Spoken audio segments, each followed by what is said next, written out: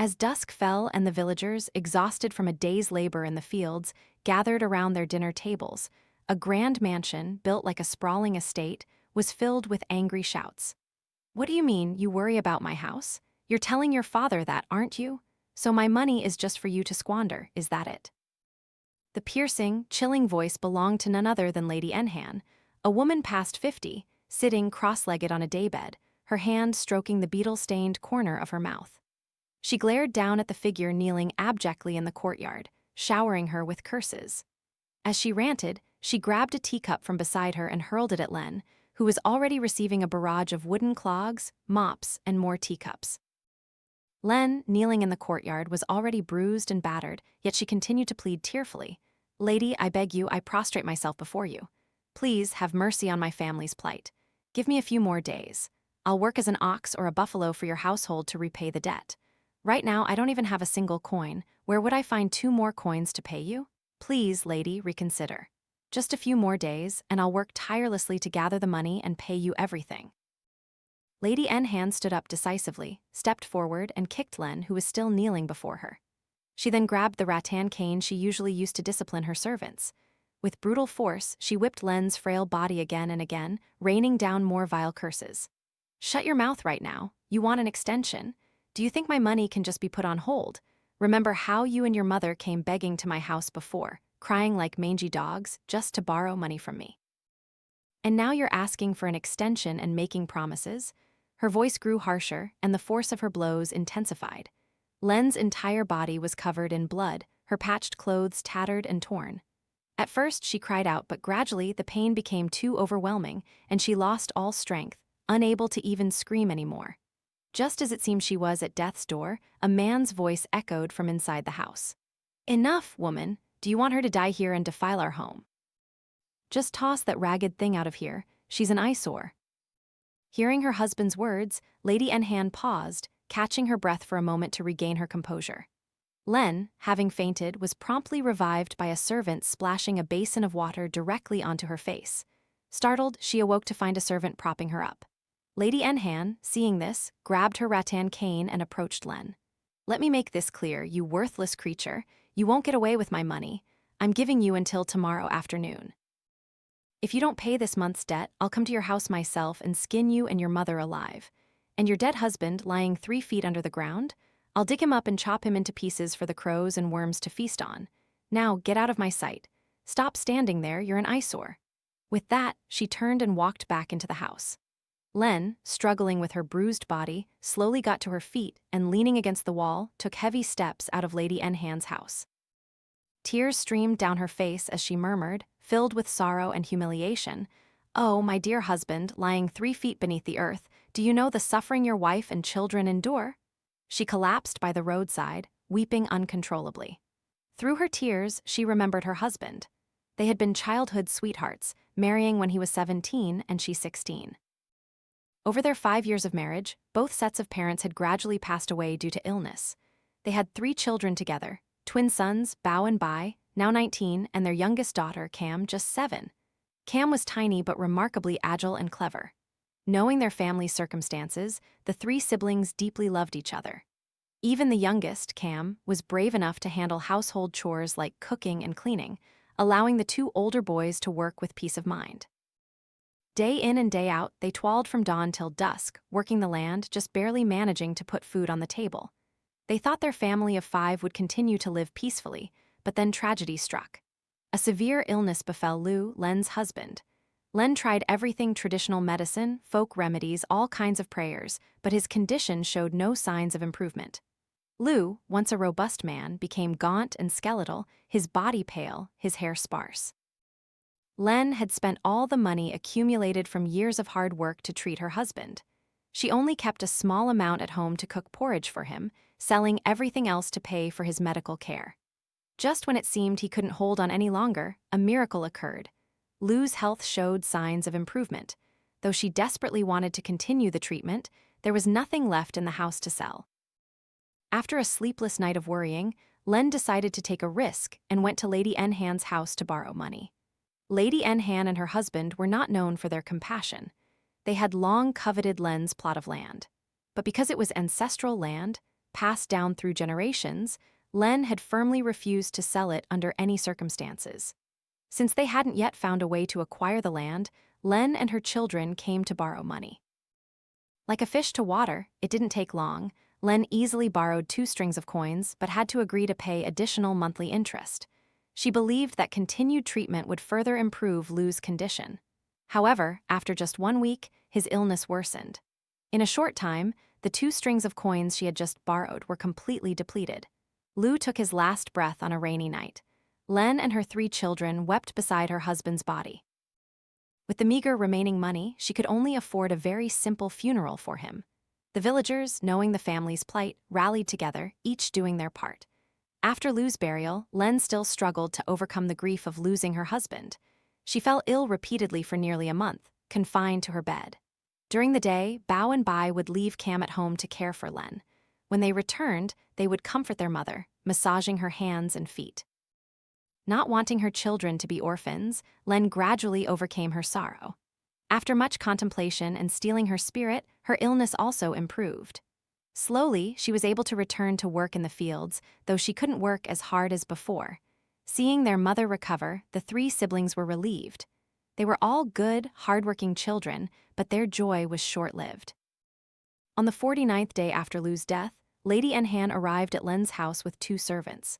Despite knowing Len's dire circumstances after all the recent tragedies, Lady Nhan couldn't help but frown as she stepped into the shabby house, then sat cross-legged and said condescendingly, "My nature is to be compassionate.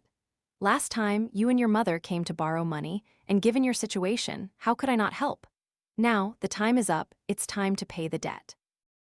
You're sick, so I didn't make you come to my house, I came to yours, thinking of you." She set down a teacup next to Len. Len, trembling, spoke softly, "Lady, you must know my family's situation. I just lost my husband and I've been gravely ill on the verge of death. There's nothing left in the house to pawn. I beg you, please grant me a few more days." Lady Nhan slammed the teacup back onto the table, her sharp eyes glaring at Len, gritting her teeth. "You talk a good game, don't you? If you have nothing, who would lend to you? I helped you, so you should know your place. It's just my compassionate nature that I helped you, but you truly are a burden on people." Len, in a long, soft voice, replied, "It's a tragedy, lady. My children and I have tried our best working in the fields to earn money to repay you, but as you know—" "Shut up," Lady Nhan interrupted. "I helped you, and this is how you repay me? I don't care. Pay me my money now." Her gaze fell upon Len's small garden as she continued, "Otherwise, I don't want to make things difficult for you, but you absolutely must pay me today. If not, you have that plot of land, don't you? I can deduct this month's debt if you sell it to me." Hearing this, Len was stunned. "Lady, please, have mercy on my family. That land is ancestral land, left by my ancestors. I cannot sell it." Lady Nhan stood up abruptly, hands on her hips, and hissed, "If you don't sell it, then bring me my money immediately. I've been compassionate, but you're ungrateful. Selling that land will settle this month's debt. If you're stubborn, then there's a clear choice. 1, pay me now. 2, I'll have my servants chop off the hands of your 2 sons and sell your youngest daughter, Cam. Do you think a few coins are worth your children's lives? I beg you, lady, spare my children. I'll sell it, I'll sell it. Please, spare my grandchildren, they are all I have left to live for.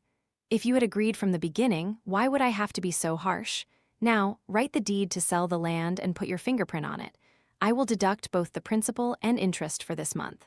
For the next month, you'll have to pay back the full principal and interest yourself. Don't make me come back to collect." After writing the land deed and giving her fingerprint to Lady Nhan, who reviewed it and nodded in satisfaction, Len was left alone. As Lady Nhan and her people left the gate, Len collapsed by her husband's altar, gasping for breath. "Oh, my dear husband, I deserve to die for not being able to keep our ancestral land. But if I don't sell it, they will harm my children. May you live on in peace and protect our children." She then burst into tears, weeping until she fainted beside the altar. About half an hour later, Len's youngest daughter, Cam, came home happily with a basket full of shrimp and small fish she had caught, chattering excitedly. "Mom, I caught so many shrimp and fish, and even a carp like this. We can make porridge for dinner, right?" She called out for her mother, but when there was no answer, she rushed inside, only to be horrified to find her mother collapsed by her father's altar. Cam ran to her side, crying loudly, "Mom, what's wrong? Mom, are you okay?" "Is anyone here?" Her brothers, Bao and Bai, returning from the fields, heard Cam's cries. They quickly dropped their tools and rushed inside. Seeing their mother unconscious, Bao hurried to lift Len onto the bed. Bai, barely able to speak, choked out, "Go get the healer," and then ran out. Little Cam ran to the well, fetched a basin of water and a clean cloth, and began to wipe her mother's face, hands, and feet. A short while later, Bai returned with the healer. After checking her pulse, the healer said, "Fortunately, it's nothing serious, she's just exhausted." He prescribed a few doses of herbal medicine, telling Cam, "You don't need to pay, just take these herbs and cook some porridge for your mother." He then stood up and left. Bao accompanied the healer to his house to collect the medicine, while Bai and Cam stayed behind. One watched over their mother, the other went to the kitchen to prepare the porridge. After a few days of rest, Len regained some strength, but she couldn't work as hard as before. She stayed home, tending to a few shrimp and fish, while Bao and Bai worked tirelessly, pouring all their meager earnings into paying the monthly interest on the debt to Lady Nhan. That year was a lean year, with poor harvests. Everyone in Tuk village had to tighten their belts, subsisting on wild vegetables and cassava. When Bao and Bai finished paying their share of the debt, Len's house was left with not a single coin. Knowing there was no other way, she sighed deeply and went to Lady Nhan's house to ask for another extension. Exhausted, she dragged her tired body to Lady Nhan's. After she had only spoken a few sentences, Lady Nhan flew into a rage and started beating her. Lady Nhan's mouth spouted words about compassion, virtue, and helping others, claiming Len was ungrateful. It was as if Lady Nhan herself was the victim in this situation. Len was beaten black and blue, her already weakened body, still recovering from illness, now endured such a brutal assault that she felt half dead. Fearing that such a beating would cause further complications, Lady Nhan's husband held her back and ordered the servants to drag Len out. Thinking of this, Len felt her strength drain away, and she fainted. At home, the three siblings were extremely anxious. Little Cam sat by the doorstep, anxiously watching for her mother. Bao and Bai, worried, paced back and forth, unable to stay any longer. They decided to leave Cam to watch the house while they went to search for their mother. As they reached the village entrance, they saw Old Man Can carrying Len, who was covered in injuries. "Cam, go quickly and fetch the healer. Get a basin of warm water and a cloth to clean your mother's wounds." Bao ran frantically to the healer's house. Little Cam cried as she held her mother's hand, trembling. Seeing this, Bai fetched warm water and a clean cloth and began to clean her wounds. Old Man Can then said, "Don't just stand there. Get some clean clothes to change your mother. The healer will be here soon." He then said to Bai, "Once you're done, you and I will go outside so Cam can help her mother change. We'll let the healer examine her properly." As the two men left, little Cam quickly changed Len's clothes. She burst into tears. Her mother had been weak and ill for nearly a month, and her strength had just begun to return a little.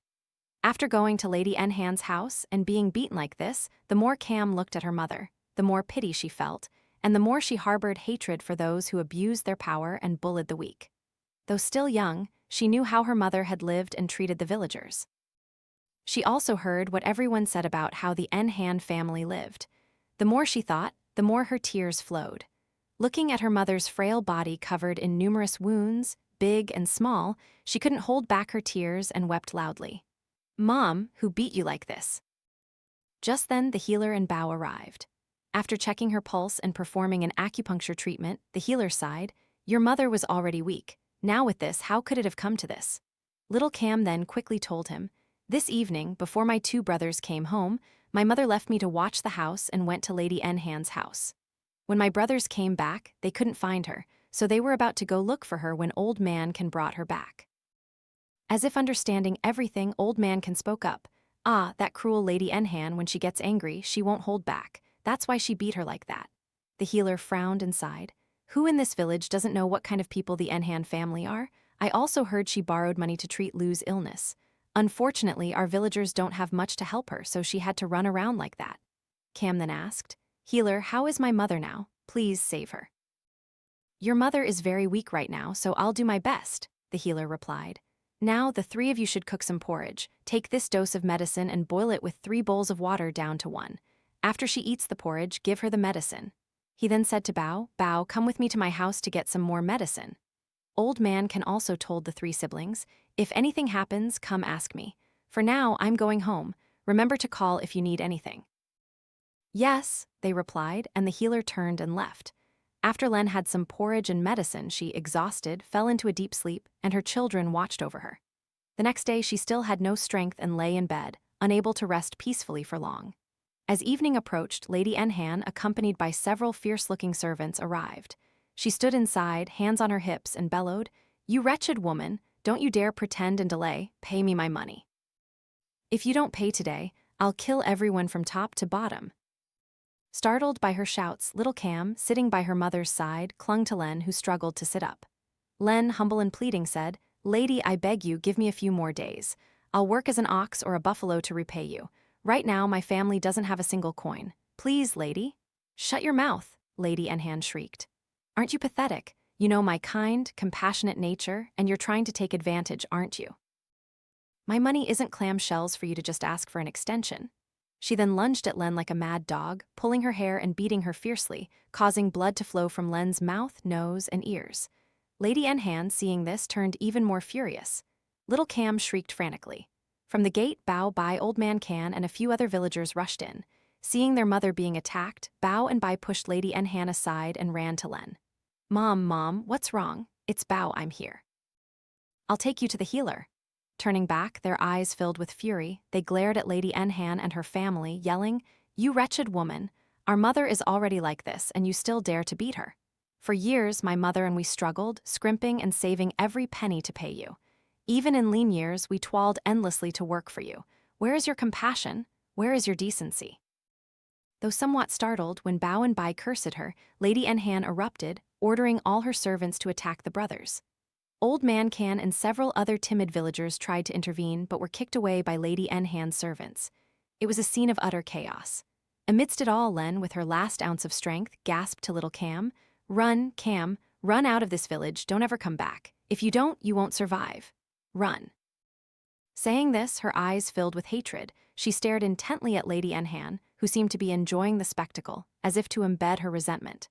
Lady Nhan flinched but quickly regained her composure. She stopped her servants and pointed a finger at Len's children. "If you don't pay me today, I'll kill all of you and burn your house down." Len then let out a bitter laugh, looking at Lady Nhan, and said, "You are truly a wretched snake, eating away at people's lives and hearts. For all these years, my husband and I toiled to earn money for you. The principal was paid off long ago, but your interest has piled up, sucking our blood dry. Even if we became ghosts, we wouldn't be able to repay you." Len's curses made Lady Nhan's eyes turn red with fury. She grabbed a thin wooden stick from a servant and lunged, striking Len hard on the head. A dry, dull thud echoed, and blood gushed from Len's head like a waterfall. Her eyes wide open, Len collapsed on the spot. Bao and Bai, who had just been beat unconscious by Lady Nhan's servants, slowly came to. Seeing this scene, even the servants, who were previously emboldened, now looked somewhat terrified. Only Lady Nhan remained, looking down at Len's lifeless body with cold eyes. She then turned to her servants and ordered, "Set fire to their house. How dare these wretched wretches curse me?" The servants followed Lady Nhan outside, piling up firewood and setting it ablaze. In no time, the flames erupted, engulfing Len's frail house.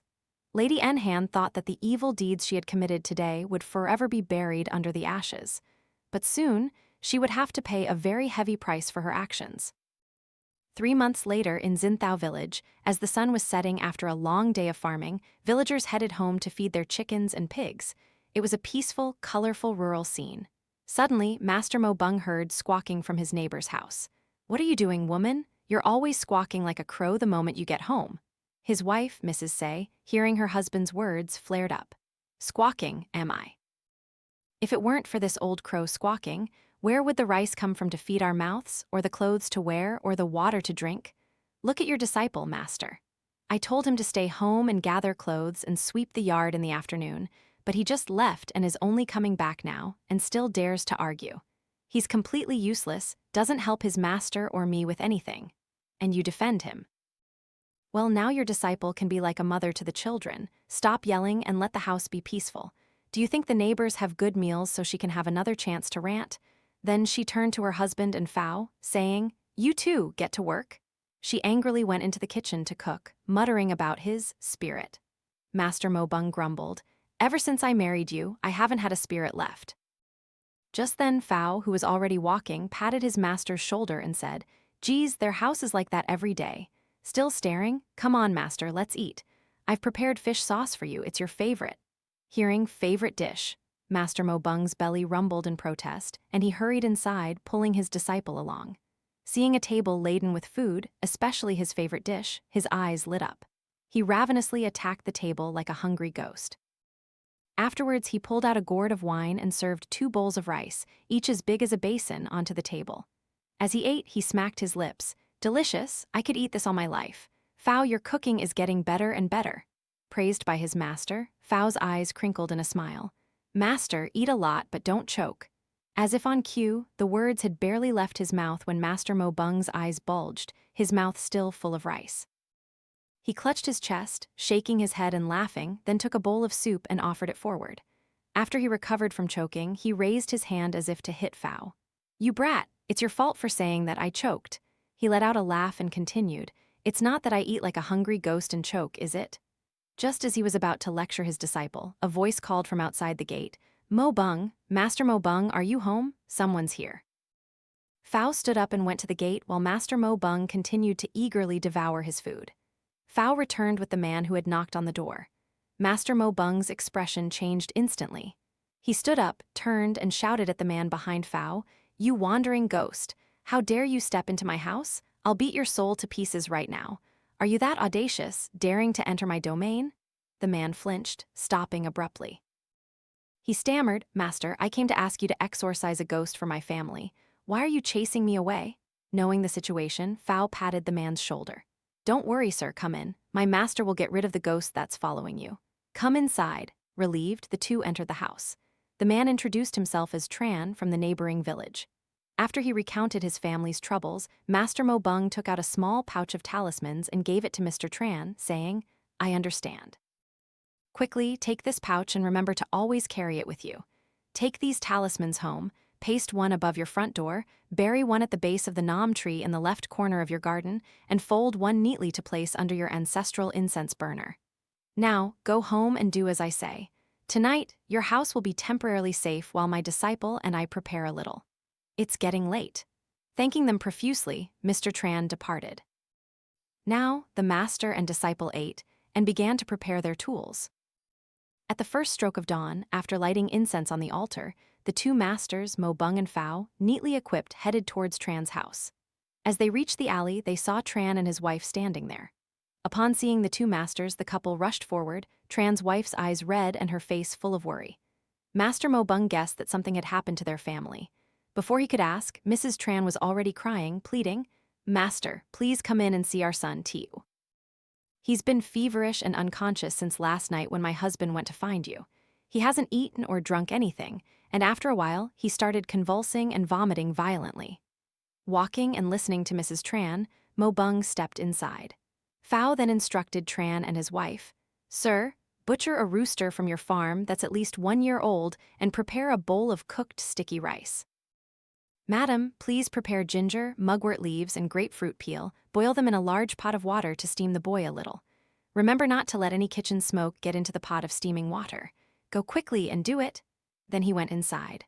While Mo Bung was checking Tiu's pulse and examining him, Phao laid out all sorts of items on the table.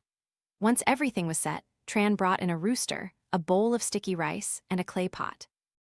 Phao and Tran approached, one holding the boy while the other collected the rooster's blood into a bowl.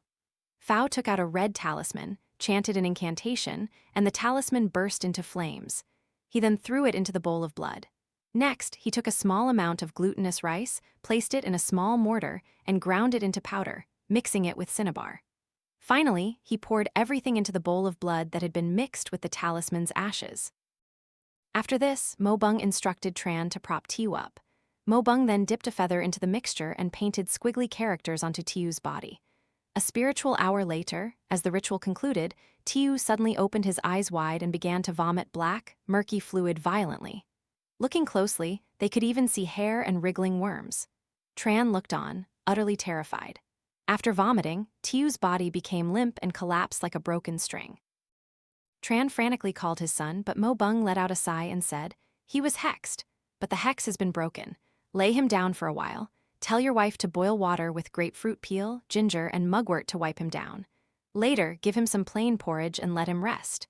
When he wakes up, continue to give him only plain porridge and steam him for a full week to cleanse the evil aura. After a week, he can eat other foods. The vomited matter was taken outside and buried in a hole in the garden. After giving his instructions, Mo Bung went outside, while Tran and Phao remained to clean up. After everything was settled, Mo Bung called Tran and his wife to sit down. Whose enmity have you incurred that they would resort to such cruel measures? Fortunately, I was able to treat him in time. If I had been even a little late, your son would have been gone. The couple exchanged glances and pondered for a moment. Tran's face tightened as he slowly spoke to Master Mo Bung and Phao, who sat opposite him. Master, about half a month ago, my family and my paternal uncle's family had a land dispute. My grandmother had 3 children, 2 sons, my uncle and my father, and 1 daughter, my aunt, who married and lived nearby, just a few alleys away. My uncle's eldest son died young, and my father only had me. So the ancestral land was supposed to be passed down to me. This specific plot of land, my grandfather had explicitly stated in his will, was for my eldest uncle's son. But since my uncle passed away early, it fell to me. Yet my uncle doesn't accept this. My uncle and I have had some arguments about it, but surely that wouldn't lead to such harm to my family. After hearing the story, Master Mo Bung said, "When it comes to profit, blood relations are often cast aside. I don't wish for your uncle to be the one who harmed your family. However, if you want to know, it's not for me to reveal their secrets. Currently, the hex on your son has been broken, and whoever cast it will surely suffer a backlash. Just wait, it won't be long before there's a result. And when you came to my house, there was a female ghost following you. I saw that she wanted to kill you. Tonight, my disciple and I will eliminate her." Hearing Master Mo Bung's words, Tran and his wife were deeply grateful, bowing their heads in thanks. As he helped the couple stand up, Phao said, "Please don't do that. My master and I cannot stand by and watch someone die without helping." Master Mo Bung decided to stay with Tran and his wife for dinner. After the meal, the two began to prepare their tools and ritual offerings. They instructed Tran's family to stay inside the house, and the surrounding villagers also closed their gates and doors for the night. The master and disciple sat outside in the courtyard with the ritual table and tools ready. Towards the end of the hour of the dog, 7:09 p.m., a cold gust of wind swept through. A female ghost, dressed in black, her long hair unable to conceal her terrifying crimson eyes that shed tears of blood, appeared. Her hands were swollen, pale, and greenish-white, with long, sharp black fingernails. She let out a piercing laugh that made Phao cover his ears. Enraged, Phao shouted, "Damn it, you wretched spirit! You come here without even a greeting, just opening your mouth and laughing like a lunatic. Can't you shut your mouth? I'll slap you so hard you won't find your way back to your mother's grave. Now, get out of here." The ghost suddenly fell silent. Both Master Mo Bung and the female ghost stared wide-eyed at Phao, who was pointing his finger at the ghost. Master Mo Bung turned to the lingering female ghost in front of them and chastised her. "Look at you, tall and slender, yet you act like a street urchin, laughing without a word of greeting. How can a girl be so graceless? What's your name? How old are you? How long have you been dead, and how did you die? What grievances do you have with this family that you're haunting them? Are you ignoring my questions? You're rude and stubborn. If you were my disciple, I'd beat you 100 times."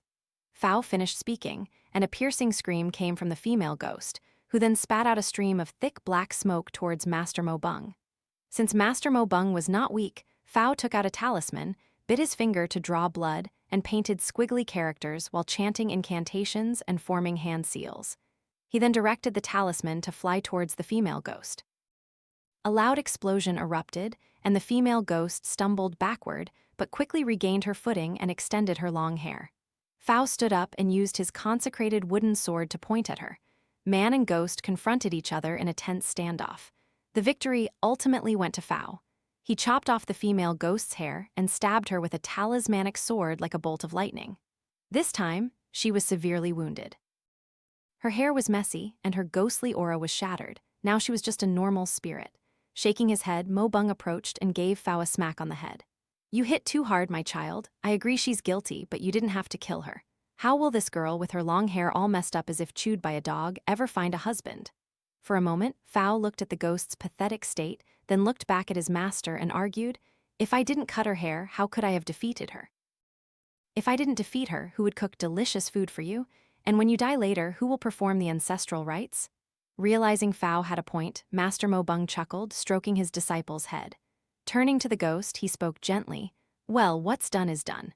My disciple was a bit rough, but you attacked him with ghostly power, so he had no choice but to fight back.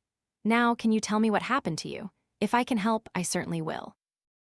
Hearing Master Mo Bung's words, the female ghost cried for a while, then slowly recounted her story. Her name was Bai. She used to be the concubine of this rich landlord, who was also Tran's grandfather.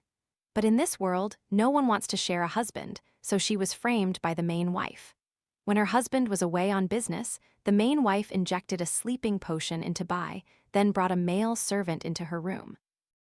This was so that when her husband returned, he would witness his concubine with another man. As expected, she was beaten by her husband almost to death. She was even chained and paraded through the streets for all the villagers to see.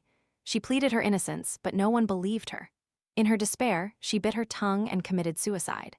Knowing she had committed suicide, the rich landlord felt a little regret, but thinking of her with another man, that feeling of regret quickly vanished. He simply ordered his servants to wrap her body and bury her in the remote cemetery.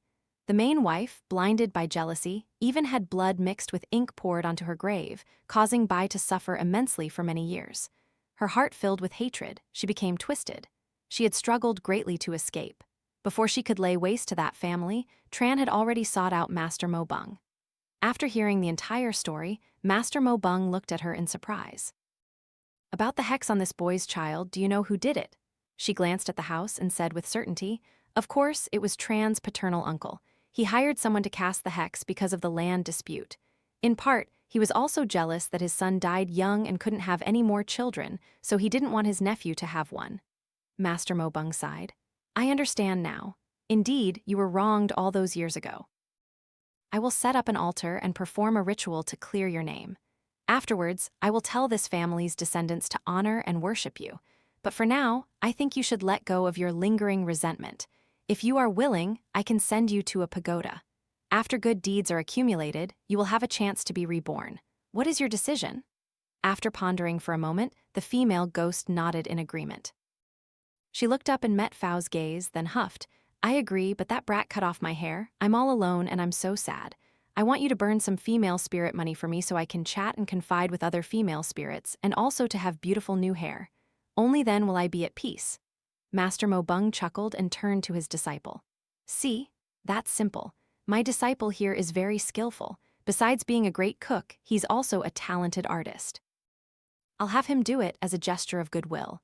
But why don't you want male spirit money, only female spirit money? Only women can bring happiness to each other. I've had one experience with a man, and I don't care for it anymore. Remember to burn it for me soon. I'm ashamed to go out looking like this. Fao, annoyed at the sudden extra work and the female ghost's sulky attitude, was furious. His face red, he was about to roll up his sleeves and fight, but Master Mo Bung quickly sucked the ghost's soul back into the spirit gourd. He then turned to his disciple, a playful smirk on his face, patted his messy hair, and said, Good boy, my child, your master loves you very much. We men stand tall and proud. What's the fuss about women who can't even kill a chicken? Anyway, it's just a small task, my child. He then laughed heartily. Master Mo Bung strolled around the house, leaving Fao to clear the battlefield and tidy up the tools. Fao looked on, half crying, half laughing, his head like a shaggy dog's as he busily cleaned up. When dawn broke, Master Mo Bung recounted the events to Tran and his wife. He then performed a ritual to clear the female ghost's name, instructing them to maintain offerings and incense for her. As they were about to have their meal, a woman with graying hair stumbled through the gate, wailing loudly.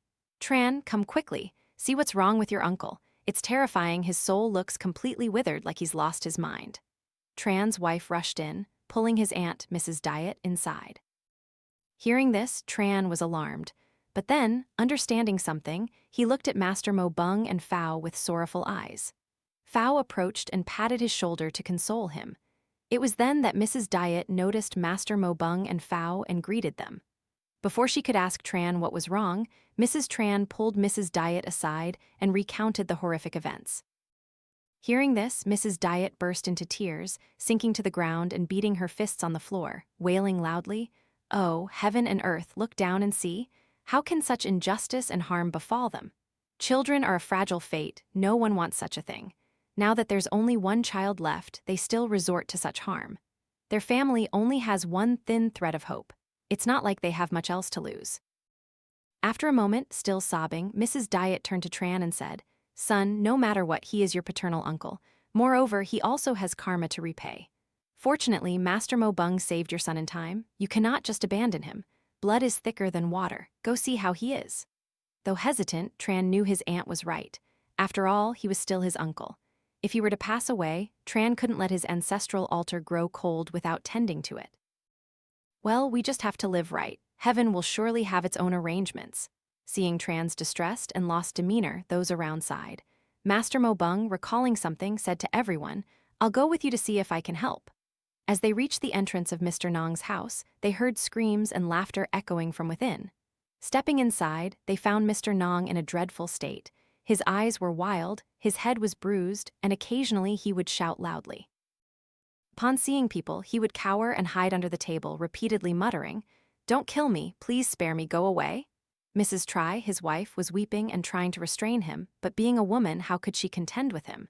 He pushed her hand away, sending her sprawling onto the floor. Seeing this, Master Mo Bung instructed Tran to hold Mr. Nong tightly. Mo Bung bit his finger to draw blood and chanted an incantation, then applied the blood to Mr. Nong's forehead. After that, he slammed the palm of his hand hard onto Mr. Nong's forehead. Immediately, waves of black smoke erupted from Mr. Nong's body. Once all the smoke was released, he fainted. Tran and Mrs. Try helped Mr. Nong into the bedroom. Mo Bung also went inside and said to Mrs. Try, "I don't need to tell you. You understand why your husband is like this. As humans, one should not be envious or cause harm to others for selfish reasons.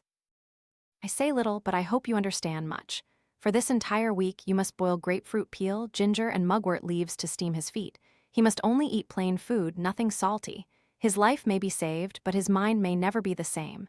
This is the price he must pay." Saying this, he took out 2 talismans and gave them to Mrs. Try.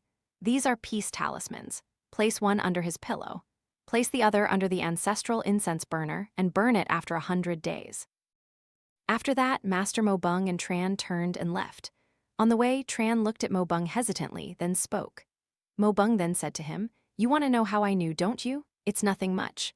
Last night, that female ghost came and told me. That's how my disciple and I found out. That phony master who was behind all this was also hexed and died, saving us the trouble of having to eliminate him. Your family is safe now. There's nothing to worry about." After everything was settled, the master and disciple departed. Before leaving, Tran and his wife offered them 2 chickens and some payment for their services. The 2 masters grinned ear to ear. They went to the market for a few days, but in truth, Master Mo Bung's house rarely needed to go to the market. Everything was usually gifted. After their spiritual journeys to cure illnesses and exorcise demons, the endless, bickering lives of the 2 masters continued. Whether it was scolding, throwing shoes, brooms, or even an old cushion, things flying through the air was a perfectly normal occurrence. Villagers passing by could only shake their heads. Truly, these 2 were like 2 playful buffaloes, out of sync with the peaceful scene of Xin Thao village. In Tuck village, for the past month, villagers had lived in fear. As soon as the sun dipped behind the mountains, people in Tuck village would tell each other to go inside and lock their gates and doors. The reason was perhaps that many times people had seen the ghosts of Len and her 3 children, who had died with so much resentment that they could not find peace. For the past month, Lady Nhan's household had been in chaos, chickens squawking and dogs barking. After seizing Len's plot of land, she proudly boasted to her husband. Normally, her husband was quiet and reserved, appearing more lenient than his wife. But in reality, he was a genuine sly fox. He spoke kindly but harbored deep malice. There's a saying, some families have a good wife and a bad husband, but in this family, it was the whole household.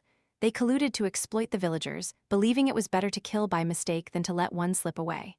Their mouths constantly preached about humanity and morality, echoing the proverb, "A snake and a rat from the same hole." Their 3 children were also cunning and cruel, no less wicked than their parents. It was a windy night.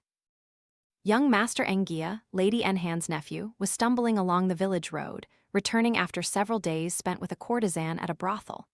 When it was late, he finally decided to return to his good boy image for his parents for a few days. His dissolute life was so notorious that no one in the entire district didn't know about it. As he swayed along the village road, he suddenly heard faint sobbing, sometimes near, sometimes far. The crying seemed to pierce through his very flesh, making him shiver with a cold dread. Who's crying so mournfully out here in the middle of the night? The closer he walked, the clearer the crying became. He vaguely saw a young man with a bowed head, weeping. He approached, poked the young man with his foot, and asked, "What are you doing crying out here in the middle of the night? You scared the hell out of me, I thought it was a ghost. Hey, are you listening to me?" As he finished speaking, the crying stopped, and the young man slowly lifted his head. If he hadn't looked, it would have been fine, but when he did, Angia froze in terror and fell backward to the ground. Before him was a young man with a severely burned and distorted face. Streaks of black blood oozed from his scalp, accompanied by peeling, wriggling skin and flesh. His eyes were wide and white, swaying loosely with every movement. He then let out a wide, grotesque smile that stretched to his ears and spoke in a guttural voice. "My children were harmed by your sorcerer. They died a terrible death. My house was burned down. You must die and pay the price. You will be the first." He then let out a horrific laugh, followed by agonizing screams from Angia. The next morning, the villagers were thrown into chaos. A bloated corpse was found, horribly bruised as if brutally beaten. Upon closer inspection, everyone was horrified. It was none other than young Master Angia from Lady Nhan's family. A young man ran to report that his father and 2 other servants from Lady Nhan's house had also died. Seeing the scene, Lady Nhan froze, immediately collapsing to her knees, unconscious. The servants were also somewhat terrified and dared not approach until they heard the sobbing and screams of Mr. Nhan, who then, startled, approached, and they helped him move the lifeless body home.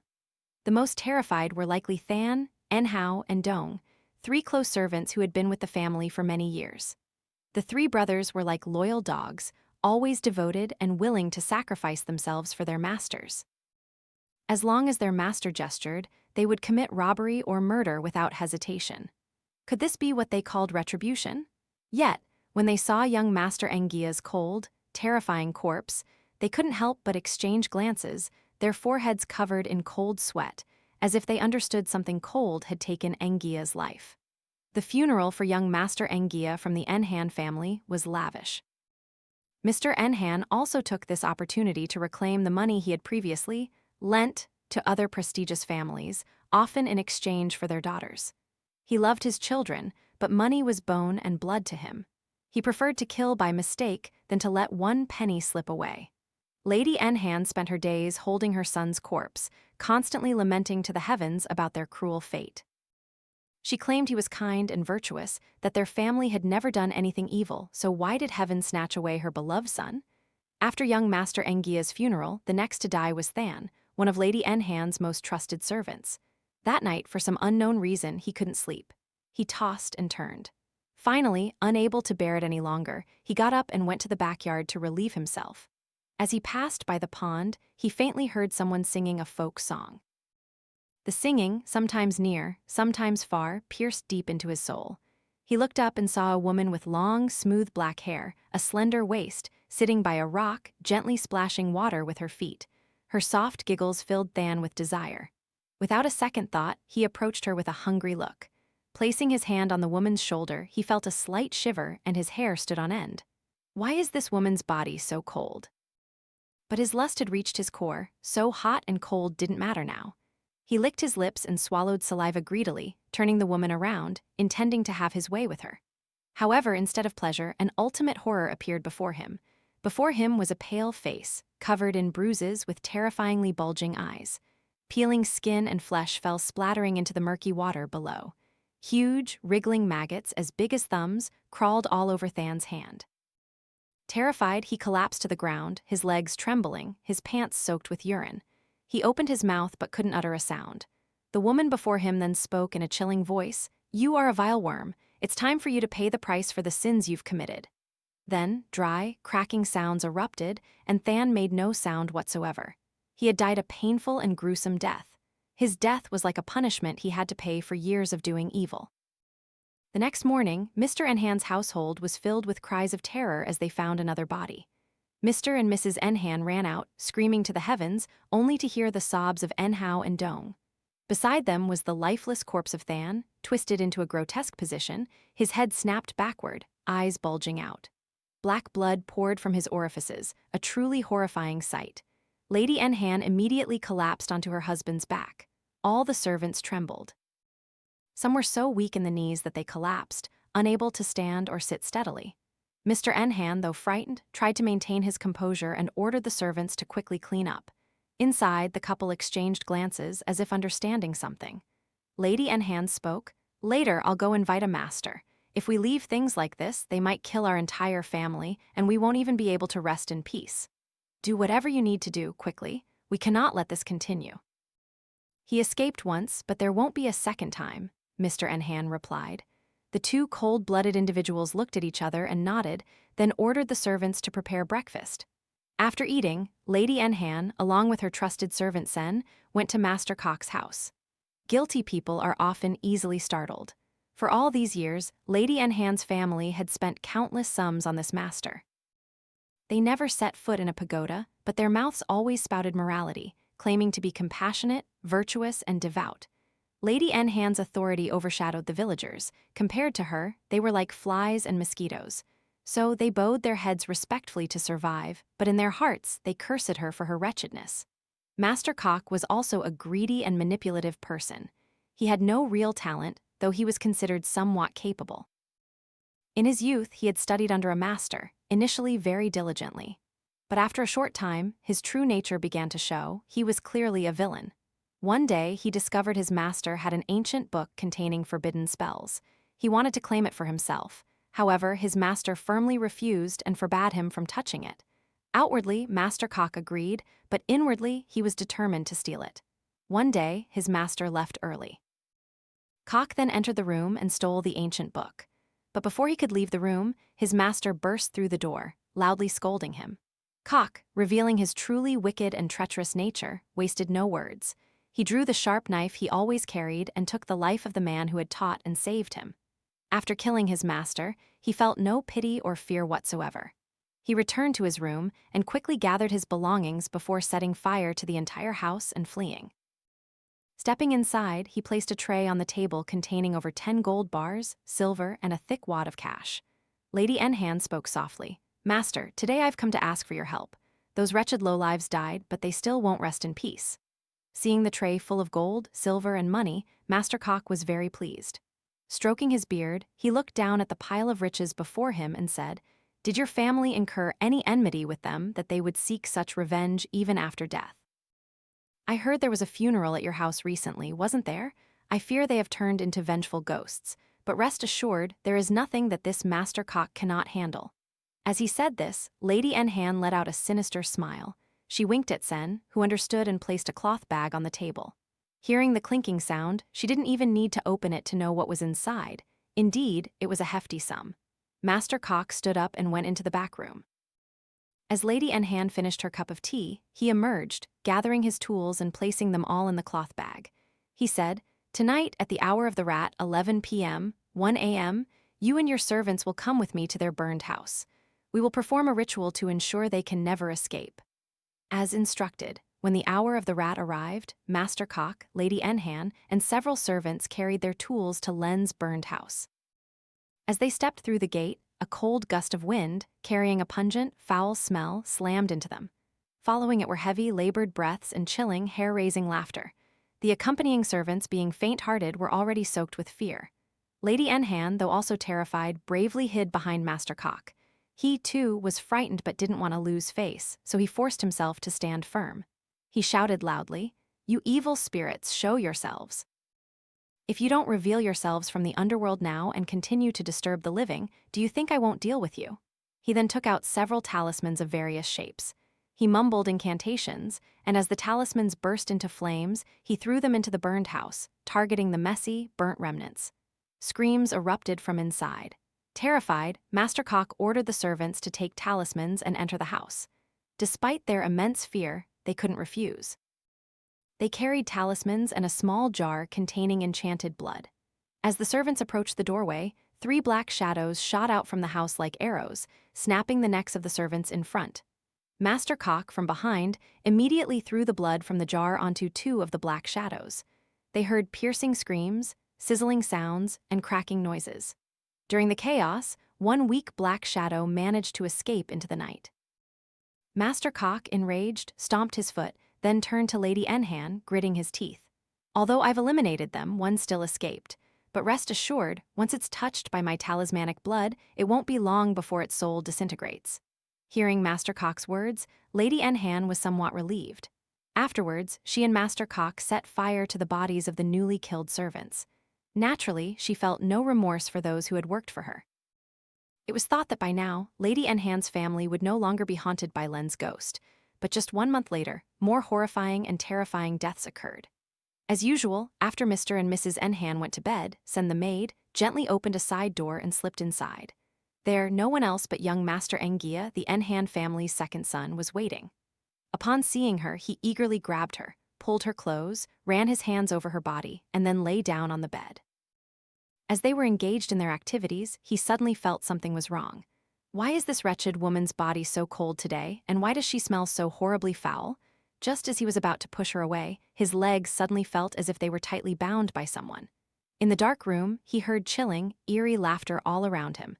The dark figure was Sen, yet it wasn't Sen as it bent down. Ngia froze in terror. "Young master, why are you pushing me away?" It was as if someone was choking him tightly. He couldn't utter a word. His eyes widened in terror, staring at the dark figure before him. This was no longer Sen. It was a woman with a deformed, terrifying face. From head to toe, her body was charred and mangled, with bits of flesh and foul-smelling fluid dripping. Along with that were wriggling worms. Letting out a terrifying, eerie laugh, she raised her swollen hands with sharp claws and plunged them forcefully into Ngia's body. She pulled out his still warm heart. Ngia's eyes bulged in agony, but he couldn't make a sound. He convulsed a few times, then stopped breathing. After devouring his heart, the ghost in Sen's body then made her stab herself in the chest, pull out her own heart, and eat it. Afterwards, leaving the two naked bodies and the blood and gore, Len's ghost in Sen's body escaped, a wide grin stretching to her ears, and glided to another room. Not far from young Master Ngia's room was the room of young Master Kai, the youngest son of the Nhan family. It was already late, but he was still indulging in the pleasures of gambling and prostitution. He boasted about his family's wealth, squandering it openly. Mr. and Mrs. Nhan knew about it but could do nothing. If the sky doesn't fall, the earth must yield to the heavens. Suddenly, the door opened, and a woman in a white dress with long, jet-black hair flowing down to her hips entered. He dropped his dice and turned to look at the woman before him, asking in a lazy voice, "Who are you?" Approaching him, the woman smiled and spoke in a chilling, distant voice, "I've come to serve you, young master. Do you want me to stay here?" His dazed eyes stared intently at the woman before him. He smirked and reached out to pull her closer. As his hand touched hers, he flinched, a cold shiver running down his spine because her hand was so cold. The closer she got, the clearer the cold aura emanating from her became. But he probably thought she had just come in from outside and was cold, so he didn't pay much attention. He let the woman serve him and help him smoke. As he leaned back on the bed, enjoying the pleasure the maid brought him, he suddenly felt his throat tighten as if someone was choking him. Along with that was the chilling laughter right next to his ear. His body froze, the pleasure quickly vanished. His eyes widened in horror. Before him, instead of a beautiful woman, was a charred woman, her body twisted terribly, her crimson eyes bulging out of their sockets. Foul-smelling blood and flesh were oozing and dripping. Along with that were wriggling maggots, greedily feasting on the blood and flesh. Her swollen hands, with sharp claws, squeezed his throat tightly. His arms and legs were twisted backward, his eyes bloodshot and bulging from their sockets as if they would pop out. Not long after, he suffocated. His death was no less terrifying than that of his two brothers. Letting out a gruesome, eerie laugh, Len's ghost, now a vengeful spirit, waved her sleeves, causing the oil lamp to fall, starting a fire that erupted into a blaze. She let out a wide grin, stretching to her ears. She shrieked, "You will all pay. You will all atone for destroying my family." Lying on her back in her room, Lady Nhan suddenly felt a cold chill. She woke up, grabbed her blanket, intending to pull it over her body and go back to sleep. Startled, she saw 3 figures standing in the corner of her room. She immediately screamed, "Who are you, coming into my room in the middle of the night?" Hearing her scream, the 3 figures were horrifyingly distorted. One was charred black and deformed, another's body was ripped open, its belly split, and with every step, blood and internal organs spilled out. Each one turned to reveal features that were none other than her 2 sons and the maid Sen, weren't they? Startled, the three figures stopped, their voices hollow and low. "Mother, we are dead. They killed us." Before she could recover from the shock, she heard a chilling scream from outside her window. She turned to look, her mouth agape. It was Len. Len screamed loudly, then she jolted upright, accidentally hitting her husband who was sleeping next to her. He turned annoyed and said, "What are you screaming about in the middle of the night if you're not going to sleep?" Before she could recover from her shock, she grabbed her husband's hand. Before he could even utter a sound, a servant banged on the door, speaking urgently, "Lady Master, your room is on fire." Mr. and Mrs. Nhan looked at each other with wide eyes, then ran out in a panic, rushing to their youngest son's room. When they arrived, they saw a blazing fire engulfing the room. The servants in the house were frantically fetching water to put out the fire. Standing outside, Lady Nhan screamed until her throat was hoarse, calling out for her son. Her husband collapsed to the ground, crying, beating his hands and feet on the earth. At that moment, another piece of terrible news arrived. Their eldest son, Bao, screamed loudly, then ran and knelt before the couple, informing them of young Master Engia's death, which struck them like a thunderbolt. The couple rushed over, crawling on all fours to their second son's room. When they reached it, they peeked inside, saw the scene before them, screamed, and then collapsed unconscious. Mr. Nhan also sat on the ground, tears and snot streaming down his face, calling out his son's name. After losing his eldest son not long ago, now in a single night, he had lost two more sons. After crying for a while, he too collapsed unconscious. The servants told each other to carry the couple back to their room, then return to clean up the bodies. They were terrified. Increasingly horrifying deaths were occurring in this house. There was no need to say it. Everyone knew this family's time had come for retribution. They had lived so wickedly, and now they were reaping what they sowed. In Xin Thao village, as dawn was breaking and the rooster had just crowed, Master Mo Bung jumped up like a zombie encountering a full moon. He kicked off his blanket and ran into his disciple's room. Phao was at this moment sleeping with his mouth agape and tongue lolling out, his hair a tangled mess, looking no different from a shaggy puppy. He was lying face down, half asleep, half awake, with his bottom in the air and his face pressed to the ground.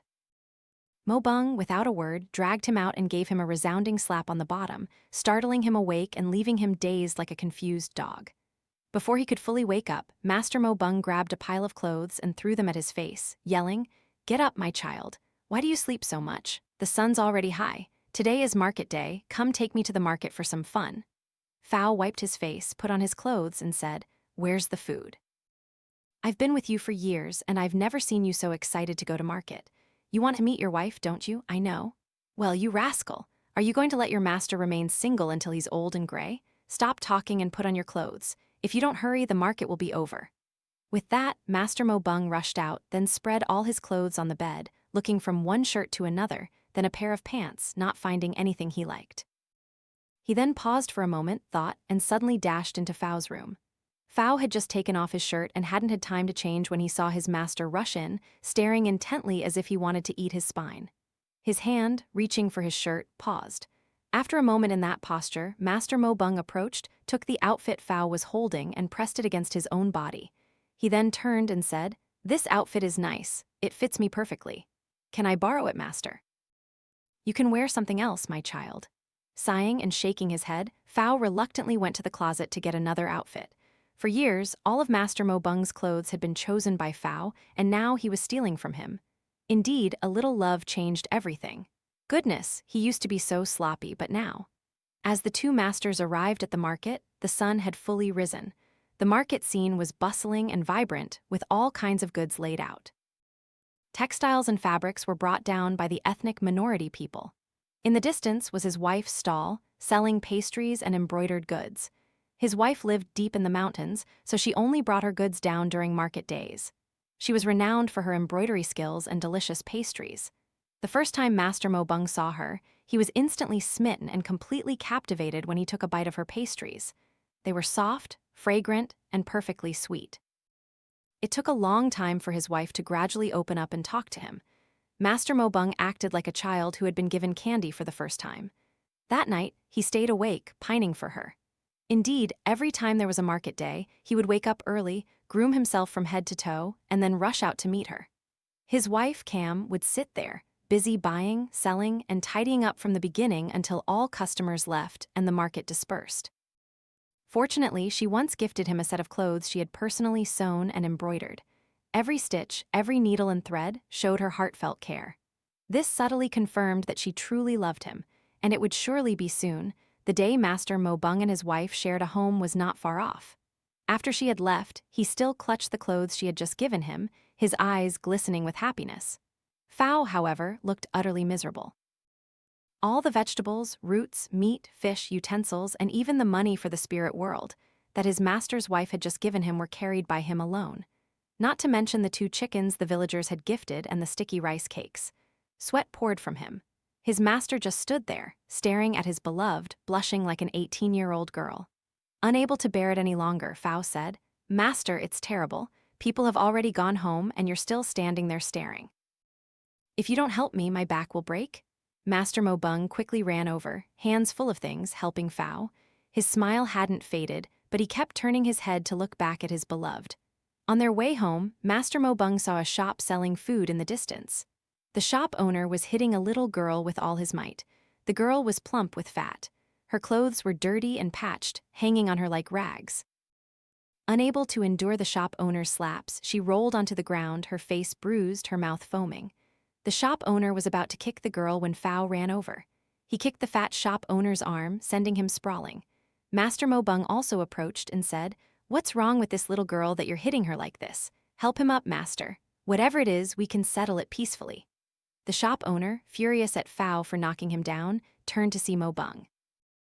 The fat man's attitude immediately changed. He bowed respectfully.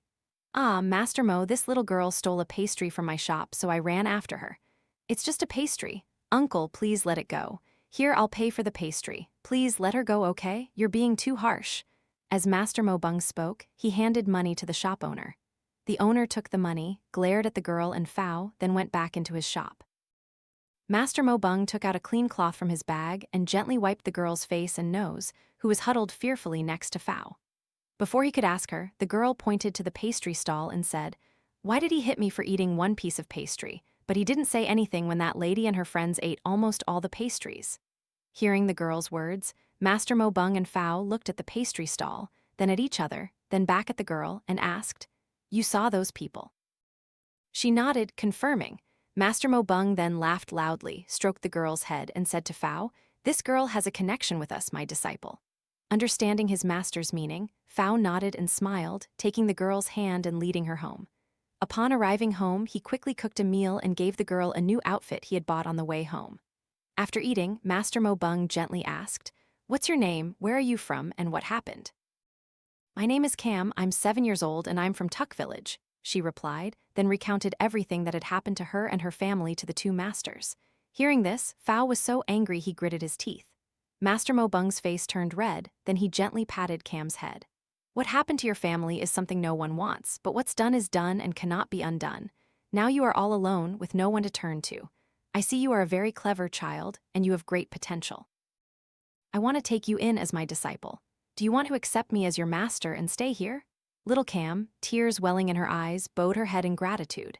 The next morning, Master Mo Bung and Phao prepared offerings, lit incense on the altar, and officially accepted Cam as their disciple. Now, the 3 masters decided to set off for Tuck Village. After more than 2 days of travel, they finally arrived. Tuck Village appeared rustic and peaceful. But now it looked no different from a dead village. As they passed through the village gate, Master Mo Bung suddenly detected the smell of death. The further they went inside, the clearer they heard the sound of mourning. Arriving at their destination, the sounds came from the once wealthy Nhan family mansion. The 2 masters stepped inside, only to see 3 coffins placed in the center of the house. Seeing strangers, Mrs. Gam, the family's longtime housekeeper, rushed out and greeted them. Unlike her masters, Mrs. Gam had always been a sensible person. Though somewhat strict, she was well respected by the servants, partly because she was elderly and partly because she had been the housekeeper for so long. Though strict, she always punished fairly. The servants feared her but also respected her greatly. When the family's troubles began, she had advised Mr. and Mrs. Nhan to seek a true master, but they had been too stubborn. Lady Nhan only trusted Master Cock, whom everyone could see was a phony. Yet, for all these years, Mr. and Mrs. Nhan had blindly followed him. Unable to argue further, Mrs. Gam could only watch as the horrific events unfolded, and the servants, terrified, all fled. Now, only Mrs. Gam and a few loyal individuals remained. Stepping further into the house, Master Mo Bung shook his head and uttered a single sentence: "Such immense evil karma." Hearing what was happening in this house, it truly was retribution. Who are the three people in the coffins? Master, the three in the coffins are young Master Engia, young Master Kai, and Mr. Nhan. Young Master Engia was murdered, young Master Kai died in a fire, and Mr. Nhan hanged himself. Currently, Lady Nhan is still alive. We have already invited other masters, but all of them, upon stepping through the gate, would shake their heads. Some were even struck down on the spot. A day ago, we invited another master, but he refused. Before leaving, he said there was a Taoist priest who could resolve this matter. Today, we hope, Master, you can help us. After Mrs. Gam finished speaking, Master Mo Bung sighed and looked at Cam. This family committed evil karma that destroyed your family, but they have also paid the price. With the lives lost here, and the previous injustices, I will resolve this matter today. I hope I won't have to use my consecrated wooden sword. Cam, hearing this, immediately nodded and said, "Master, I don't want my mother to create more karma. Please help her find peace." Master Mo Bung stroked Cam's head and nodded. After performing the ritual for the Nhan family that evening, the three masters, Master Mo Bung, Phao, and Cam, along with the remaining servants, prepared an altar. After a grand table of offerings was arranged, Mo Bung instructed Phao, Cam, and everyone else to retreat into the house and lock the doors tightly. As the inner door was closed, a cold gust of wind blew in from outside the gate, accompanied by the eerie laughter of Len's ghost, now a vengeful spirit. Master Mo Bung sat as still as a rock, looking at the ghostly figure before him. He took a deep breath of the cold air. To have become a ghost of this magnitude, it seems today will be exhausting. I know this family caused your death, but you have also taken many lives. This family created their own karma, and they must bear its consequences. But you yourself have also created evil karma. Now you must let go of your hatred and resentment and embrace the virtue of preserving life. If you are willing, I can send you to a pagoda. After your karma is cleared, you can be reborn. What is your decision?" A terrifying laugh echoed, followed by a chilling, hollow voice. "Old man, don't talk so much. You don't need to preach morality here. What do you know about how cruel and wretched this family was? How much suffering my family endured? My husband and children were killed by them. That fake master whom this couple boasted about for years was also killed by me. Now there's one more life. It was their mother who caused my whole family to die without peace. My son also had his soul shattered trying to protect me. So why can't I seek revenge? You should step aside." Master Mo Bung had never been one to speak so much before. However, this time, it was the mother of his disciple, so he couldn't help but get involved. But the lingering resentment of this ghost was so strong that if he didn't fight and dispel her ghostly aura, it would be difficult to subdue her. He was also growing impatient. Without another word, he stood up, pulled out several talismans from his bag, chanted incantations, performed hand seals, and the talismans burst into bright flames. He sent a powerful stream of energy into the air, striking the ghost. The ghost also spat out a thick black mass of ghostly energy towards him. The two powerful forces clashed, creating a loud explosion. Both were knocked backward. Master Mo Bung then took out a magical chain. He chanted incantations and swung the chain at the female ghost. Each strike dissipated the ghostly energy radiating around her. Although she resisted somewhat, she was still weaker than Master Mo Bung. He took a handful of ash from his ancestral altar and threw it at the ghost. They heard piercing, ear-splitting screams. The surrounding ghostly aura also significantly diminished. The two sides fought fiercely like this. One attacked, the other defended. Then both fell to the ground. Master Mo Bung was utterly exhausted, his clothes tattered. Sweat poured down his body, soaking him completely. "Damn it, I don't believe I can't defeat you. You're making me so tired." He then took out a red talisman, took a deep breath to gather his strength, and unleashed a torrent of incantations. Thunder roared across the sky, and the wind grew stronger and stronger. Before the ghost could escape, a bolt of divine lightning struck down, completely dissipating the ghostly energy within Len's spirit. A scream echoed through the sky, followed by sizzling sounds as if being burned. Once it was done, Len returned to being a normal spirit. Master Mo Bung then called for his disciples. As they stepped out, little Cam cried loudly. Len's spirit also wept softly, calling out, "Cam, my child. My bow and bye, I miss you all so much, but I've suffered greatly. I was beaten and killed, but now I have Master and my senior brother to care for me and accept me as a disciple. I also heard that you want me to let go of my hatred and resentment so Master can send me to a pagoda to practice. Don't create more karma. Phao, his eyes red-rimmed, went to Cam's side, patted her shoulder, and said to Len's spirit, "What happened was unfortunate, and no one wanted it. Please let go of your hatred and resentment and practice peacefully. My master and I will take care of Cam and won't let anyone bully her." Len's spirit looked at her daughter, then at Phao with grateful eyes, then bowed to Master Mo Bung. Her spirit said, "Master, I have been blinded by hatred and reason. I beg you, accept my prostration and my gratitude. Please, Master and young Master, take care of my daughter. For this great kindness and virtue, I will repay you in my next life." Master Mo Bung sighed and replied, "You don't need to bow like that. Little Cam is a clever child and has great potential.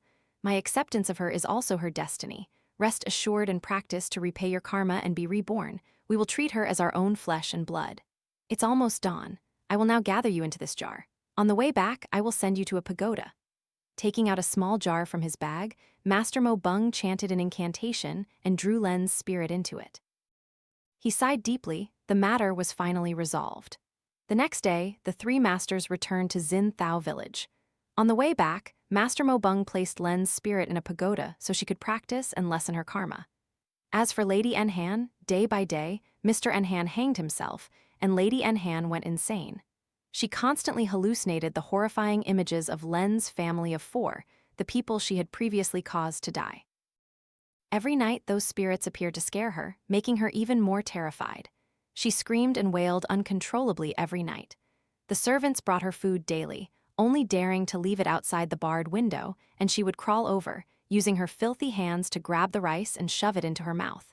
From the moment she started screaming, she would sometimes roar like a beast, sometimes laugh like a madwoman. This continued for about 3 months. One cold late night, while the servants and Mrs. Gam were asleep outside, someone saw a fire burning brightly in Lady Nhan's room. The flames grew higher and higher, engulfing the entire room.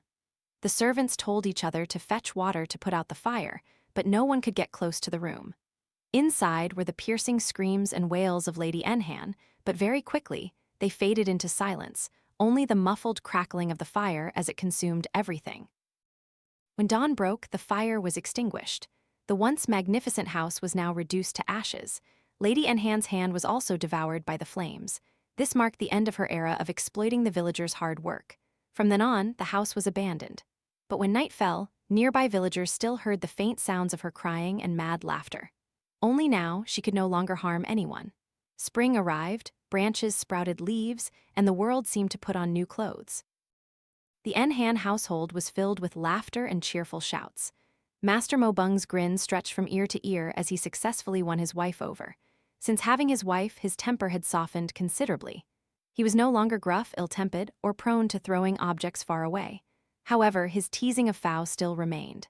Little Cam was treated like a precious egg by everyone in the house, taught kindly and properly. The girl herself was extremely bright, quick-witted, and sharp-tongued. From the day Cam came, Master Mo Bung was utterly amazed. This tiny girl, no bigger than a finger, knew how to do everything. Above all, her cooking was excellent. Even Phao, her senior brother, was several steps behind her. As a result, from then on, Cam took charge of the cooking, preparing delicious meals every day.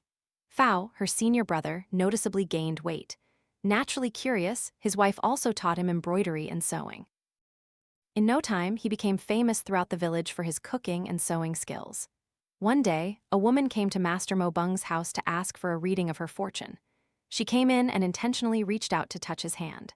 She thought Master Mo Bung would be pleased, but he suddenly slammed the table, yelling in a booming voice, "You wretched woman! Did you come to have your fortune read or to flirt with my husband? He's a master of spirits. He'll twist your neck off and kill you right now." A girl acting so flirtatious. He's handsome, but he's not easy. This precious body belongs only to his wife. Are you blind? If you don't leave now, I'll tell my spirits to drag you out and give you a good beating. The woman turned pale with fear. Her legs stumbling, she ran for her life out of Master Mo Bung's house, not daring to look back. His wife chuckled, while Phao and Cam burst into laughter, holding their bellies. In the neighboring house, Mrs. Say's scolding of her husband and children was heard again. The sounds of Xin Thao villagers leading their buffaloes and cattle home after a day's work in the fields. The calls and shouts of families with young children, telling them to come home for dinner. All of this created a beautiful and lively picture of the rural village.